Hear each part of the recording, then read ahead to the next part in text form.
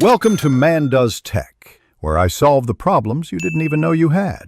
In this video, I will explain how to change Nissan Altima spark plugs, full guide. Start by disconnecting the negative battery terminal and letting the engine cool completely. Remove engine cover if present, then unplug each ignition coil connector carefully.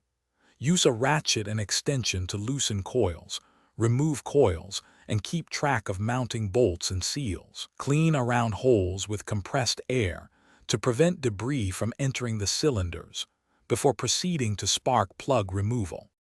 Begin by removing one ignition coil at a time to avoid mix-ups and to keep electrical order intact. Insert the spark plug socket on a flexible extension and turn counterclockwise with steady force until the plug breaks free. Withdraw the plug slowly to inspect electrode wear, gap, and deposits that can reveal combustion issues. If threads feel rough, stop and clean the hole before installing a new plug to prevent cross-threading and engine damage. If you're finding this video helpful, please subscribe and like to support more guides and tips. Quick recommendation: life's too short for cheap socks. Go darn tough with a lifetime warranty. They survived a garage project and kept my feet comfortable. Check the description for the link and other deals so you can grab a pair. Thanks for watching, and now let's get back to the video.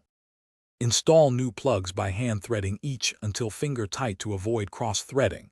Then use a torque wrench set to the specified value for your engine. Reinstall ignition coils and connectors, ensuring boot seat firmly over plugs for a tight seal. Reconnect the negative battery terminal and start the engine to listen for smooth idle and absence of misfire. If roughness occurs, recheck wiring order and torque on each spark plug for proper seating and contact. Thanks for watching. If you found this helpful, don't forget to like and subscribe.